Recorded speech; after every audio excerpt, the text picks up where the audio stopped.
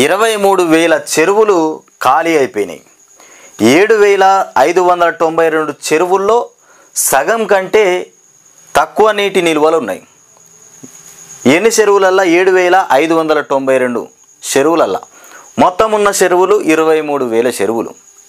ఇట్లా కరువు ఇలా కాంగ్రెస్ ప్రభుత్వం అధికారంలోకి వచ్చిన తర్వాత ఈ రకమైనటువంటి కరువు ఏర్పడ్డది.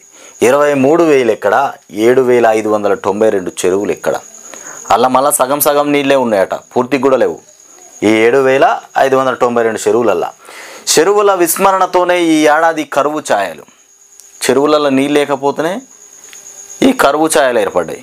చెరువులలో నీళ్ళు ఉంటే భూగర్భ జలాలలో వాటర్ ఉండేటి, గ్రౌండ్లో అధికంగా వాటర్ ఉంటే బ్రహ్మాండంగా పంటలు పండేటి. ఇక బోర్లన్నీ విఫలం, రైతుకు తప్పని దుఃఖం.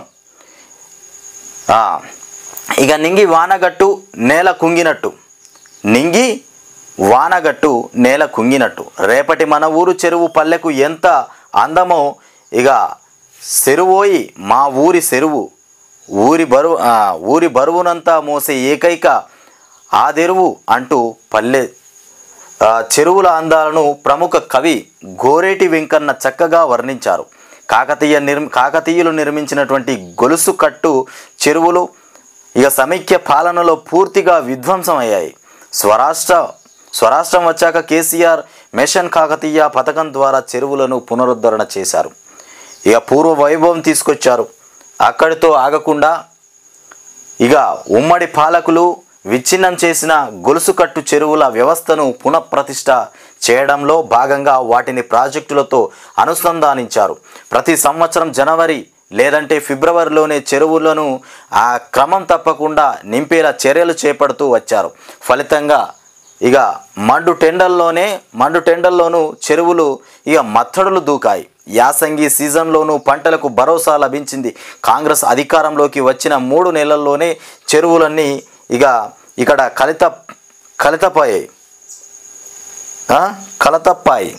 కలతప్పినటువంటి గత. చెరువులన్నీ గిట్లా ఎండిపోయినాయి. ప్రాజెక్టుల్లో నీళ్ళు లేవు, చెరువుల్లో నీళ్ళు లేవు. ముఖ్యంగా ఇక్కడ చూస్తున్నాం కదా, ఎండిపోయిన చెరువులు టోటల్గా.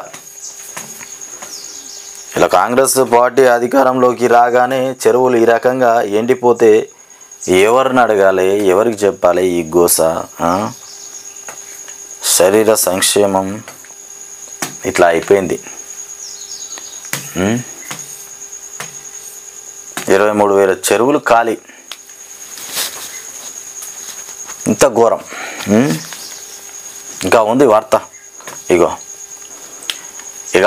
వదలకపోవడంతో చెరువులు ఎండిపోయి నెర్రలు పారాయి. ప్రాజెక్టులో నీటి కొరత కారణంగానే కాలువల్లో నీటి విడుదల చేయలేదని సర్కారు చెబుతున్నది. సాకు ఏందంటే ప్రాజెక్టులో నీటి కొరత కారణంగానే కాలువల్లో నీటి విడుదల చేయలేదని సర్కారు చూపిస్తున్నది. కానీ కాంగ్రెస్ అధికారంలోకి వచ్చే నాటికి ఎస్ఆర్ఎస్సిలో 78.66 టీఎంసీలు, మిడ్ మానేర్లో 23 టీఎంసీలు, ఎల్ఎండిలో 19.42 టీఎంసీలు, ఎల్లంపల్లిలో 16.3 టీఎంసీలు, సింగూరులో 25.81 టీఎంసీలు, నిజాం సాగర్లో 16.16 టీఎంసీలు, కడెంలో 4.3 టీఎంసీలు, శ్రీశైలంలో 57 టీఎంసీలు, నాగార్జున సాగర్లో 157 టీఎంసీలు నీరు అందుబాటులో ఉన్నాయి. ఈ రకంగా ఉన్నాయి నీళ్ళే లేవని చెప్పారు. ఏది కాంగ్రెస్ పార్టీ అధికారంలోకి వచ్చే నాటికి ఉన్నటువంటి నీళ్లు. ఇక అందులో కొద్దిమేర నీటితోనైనా ఆయా ప్రాజెక్టుల పరిధిలోని చెరువులను కనీసం 50% నింపినా ఈరోజు కరువు కోరల్లో ఇక చిక్కుపోవాల్సినటువంటి పరిస్థితి తలెత్తి ఉండేది కాదని అధికారులు చెబుతున్నారు.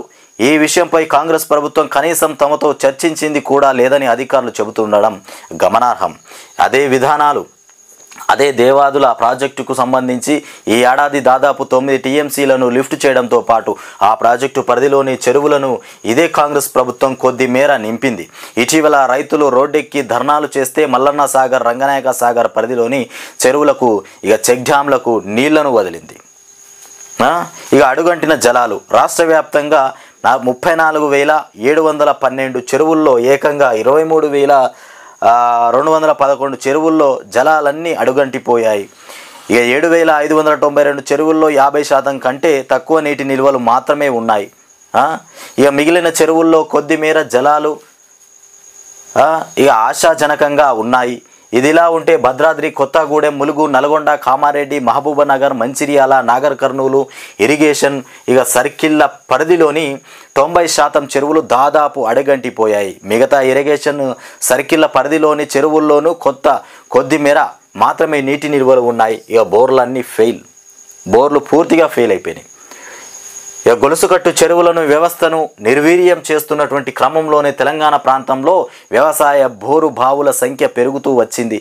రాష్ట్ర ఏర్పాటు నాటికి దాదాపు 20 లక్షల బోరు బావులు ఉండగా వాటి కింద సాగైంది మాత్రం 23 లక్షల ఎకరాలు మాత్రమే. అది కూడా ఎప్పుడు స్థిరంగా ఉన్నది లేదు. వానలు పడినా ఎండిపోవాల్సినటువంటి దుస్థితి. తెలంగాణ ఏర్పాటు తర్వాత కేసీఆర్ అమలు చేస్తున్న బహుముఖ జల సంరక్షణ చర్యల ఫలితంగా బోరు బావుల కింద వ్యవసాయం కూడా ఇక పండుగలా మారింది. గత ఏడాది రాష్ట్ర వ్యాప్తంగా 1.10 కోట్ల ఎకరాలు సాగవగా అందులో దాదాపు 45 లక్షల ఎకరాలు 30 లక్షల బోర్లు కిందనే సాగైందంటే ఇక పరిస్థితి అర్థం చేసుకోవచ్చు. కానీ ఈ ఏడాది చెరువులను నింపకపోవడం వల్లే బోర్లన్నీ ఫెయిల్ అవుతున్నాయని రైతులు ఇక వివరిస్తున్నారు. వేలాది ఎకరాల్లో పంటలు ఎండిపోవడానికి కూడా అదే ప్రధాన కారణమని ఇక అర్థమవుతుందనేది ఇక మొత్తంగా ఇది ప్రభుత్వ అవగాహన రాహిత్యం ఫలితంగానే కరువు దాపరించుకుందనేటువంటి విషయం అయితే స్పష్టంగా తెలుస్తోంది. ఇది ప్రభుత్వం తీసుకొచ్చినటువంటి కరువే. ముమ్మాటికి కాంగ్రెస్ పార్టీ అధికారంలోకి రావడానికంటే మునుపు ఉన్నటువంటి నీటి నిల్వలు, ఈ నీళ్ళను కాలువల్లో వదిలినా, ఈ చెరువుల్లో నింపినా ఈ పాటికి ఈ కరువు అనేది ఉండకపోయేది. బ్రహ్మాండంగా నీటి నిల్వలు ఉన్నాయి కాంగ్రెస్ పార్టీ అధికారంలోకి రావడానికంటే ముందు.